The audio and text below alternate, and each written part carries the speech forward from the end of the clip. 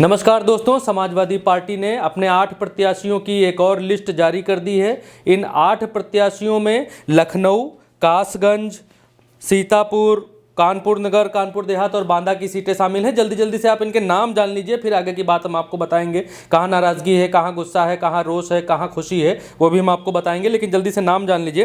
कासगंज की जो पटियाली सीट है, यहाँ से नादिरा सुल्तान को टिकट दिया है समाजवादी पार्टी ने। बदायूं सीट से रईस अहमद को टिकट दिया गया है। सीतापुर की सिधौली सीट से हरगोविंद भार्गव को प्रत्याशी बनाया गया है। लखनऊ की मलिहाबाद की जो सीट है, यहाँ से सुशीला सरोज को समाजवादी पार्टी ने प्रत्याशी बनाया है। और सुशीला सरोज को प्रत्याशी बनाने के बाद कई विरोध के सुर उठ रहे हैं, वो हम आपको आगे बताएंगे। लखनऊ की ही जो मोहनलालगंज की सीट है, यहां से अमरीश पुष्कर को प्रत्याशी बनाया गया है। कई आशंकाएं थी, कई संभावनाएं थी कि किसको टिकट मिलेगा, इनको मिलेगा या उनको मिलेगा, लेकिन अमरीश पुष्कर को समाजवादी पार्टी ने यहाँ से प्रत्याशी बनाया है। अमरीश पुष्कर को यहाँ के जो कैंडिडेट पहले से मैदान में थे, वो कितना हजम कर पाएंगे और जनता कितना पसंद करेगी, वो समय बताएगा। कानपुर देहात की सिकंदरा सीट से प्रभाकर पांडे को प्रत्याशी बनाया गया है। कानपुर नगर की कैंट सीट से ये मोहम्मद हसन रूमी को प्रत्याशी बनाया गया। बांदा की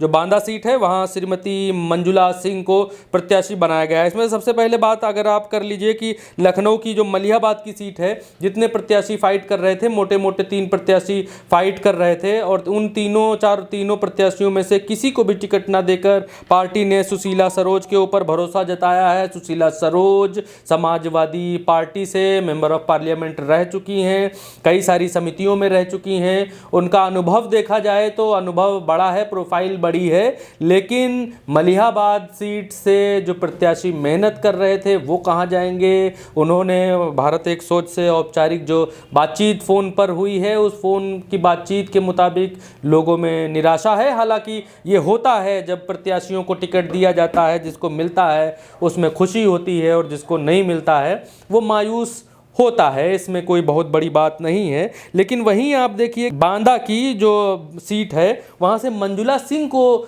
समाजवादी पार्टी ने प्रत्याशी बनाया है। और इस सीट को लेकर काफ़ी बातें कही जा रही हैं कि मंजुला सिंह और उनके पति कुछ दिन पहले ही अभी कांग्रेस छोड़कर समाजवादी पार्टी में आए हैं और उनको आते ही टिकट मिल गया है। तो बांदा से जो समाजवादी पार्टी के कार्यकर्ता मेहनत कर रहे थे, जो झंडा उठाकर घूम रहे थे, जो घर घर जा रहे थे, उनका क्या होगा ये पार्टी जाने, कार्यकर्ता समझें क्या होगा। लेकिन जो ज़मीनी बात है वो हम आपको बता रहे हैं। कानपुर की जो कैंट सीट है, उस पर भी है हसन रूमी को समाजवादी पार्टी ने प्रत्याशी बनाया है। इस पर भी इसी तरीके की बातें हैं। जो आपकी मोहनलालगंज की सीट है, उस पर भी यही दिक्कत है। मलिहाबाद की सीट पर भी ऐसा ही कुछ है। और जो बाकी की सीटें हैं, उन पर भी बातचीत करने के दौरान कहीं नाराज़गी, कहीं खुशी दिखाई देती है। तो ये 8 सीटें हैं जो समाजवादी पार्टी ने घोषित की हैं। और इन 8 सीटों के बाद अभी और प्रत्याशी घोषित होने हैं। अभी तो लगभग आधे से ज़्यादा प्रत्याशी घोषित होने बाकी हैं। तो विधानसभा चुनाव में जैसे जैसे चुनाव के लिए प्रत्याशियों की और लिस्टें आती जाएंगी, हम आपको बताते जाएंगे। लेकिन क्या ये समीकरण काम करेगा समाजवादी पार्टी का कि अगर 3, 4, 5 लोग या 6 लोग एक सीट पर मेहनत कर रहे हैं और वहाँ से किसी और को टिकट दे दिया जाए। यही एक चीज़ और ध्यान में आती है, मोहान की सीट है।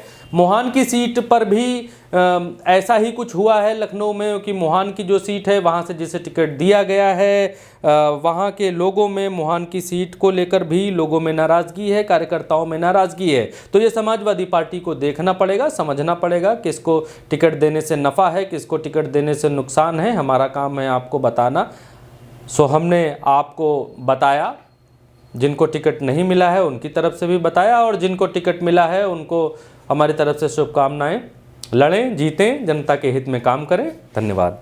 दोस्तों, यूपी की धुआंधार राजनीतिक खबरों के लिए भारत एक सोच को सब्सक्राइब जरूर करिए और बगल वाली घंटी जरूर दबाइए, क्योंकि अगर आप एक बार नोटिफिकेशन बेल दबा देंगे तो आपको हमारे नए वीडियो की सूचना बिल्कुल मुफ्त में मिल जाएगी और आप जब चाहे जानकारी से भरा वीडियो अपनी मर्जी के मुताबिक देख पाएंगे। चलते हैं। जय भीम, जय भारत।